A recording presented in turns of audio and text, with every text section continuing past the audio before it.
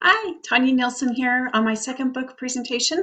Today I'm going to be doing it on The Quilt Maker's Gift. This book fits into the picture book genre, and I love it not only for the moral of the story but also for the illustration it has. So this book has a lot to do with quilts, as you can tell by the title here.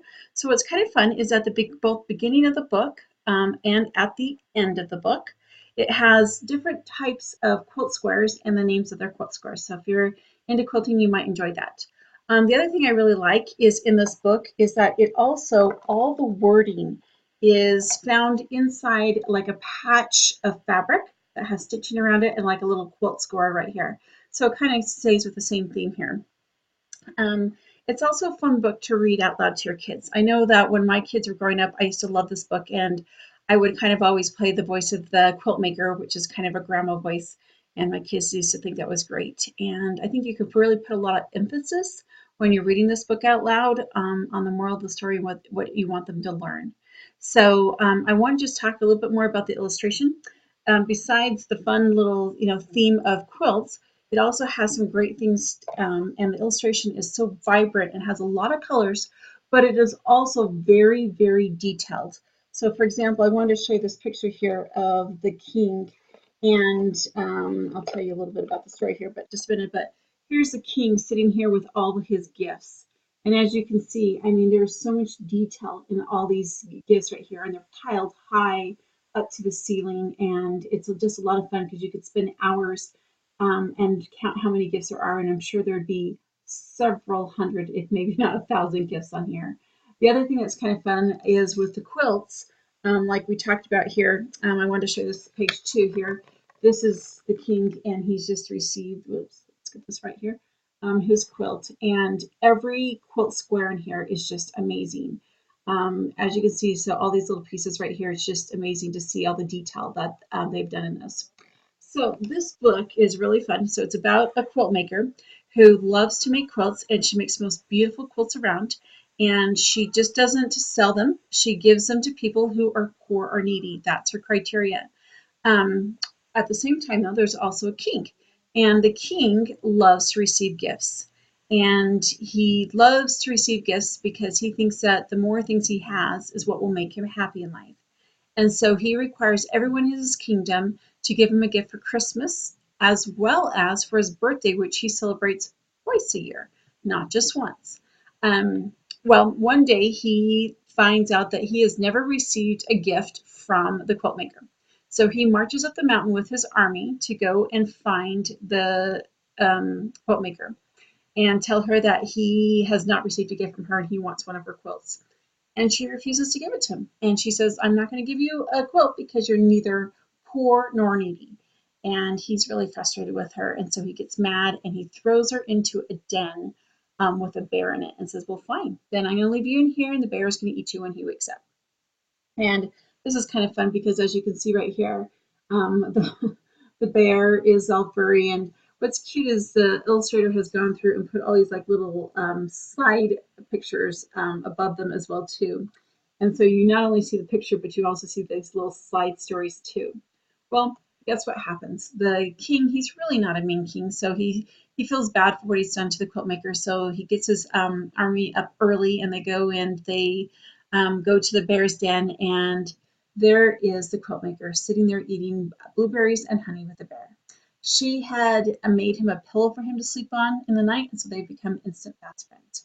So the king's upset, and so what he does next is he has some of his servants create a island for one person, and he puts her on this island, and she has to stand there. And she figures that will convince her to give him a quilt.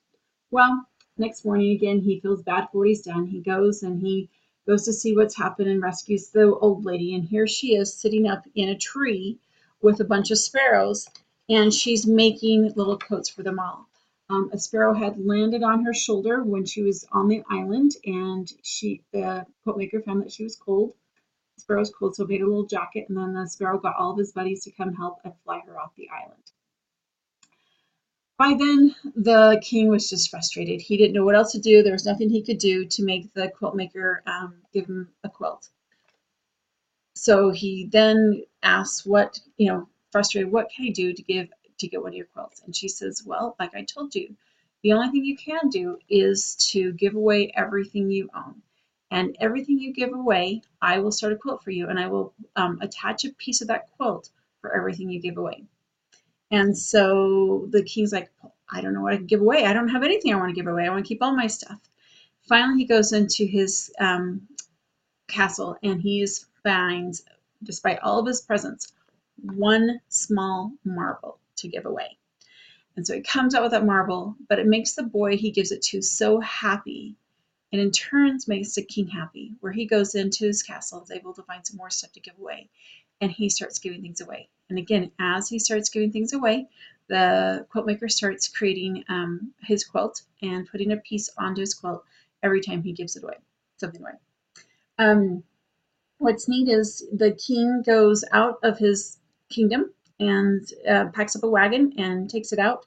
And one of the neatest pictures, I think, of this whole book, it has no words, but it's just a page full of just about 30 or 40 different sub pictures of him giving things away to all the people, which I just think is so neat, and it's so fun to look at what he gave away and the different lives and people and cultures there.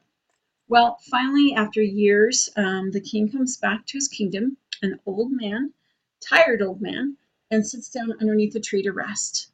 Well, next thing he knows, he has a quilt being put around him. And he kind of laughs. He's like, what's this? And the quilt maker comes to him and says, as I promised you long ago, the woman said, when the day came that you yourself were poor, only then would I give you a quilt. But I'm not poor, he said. I may look poor, but in truth my heart is full of bursting, filled with memories of all the happiness I've given and received. I'm the richest man I know.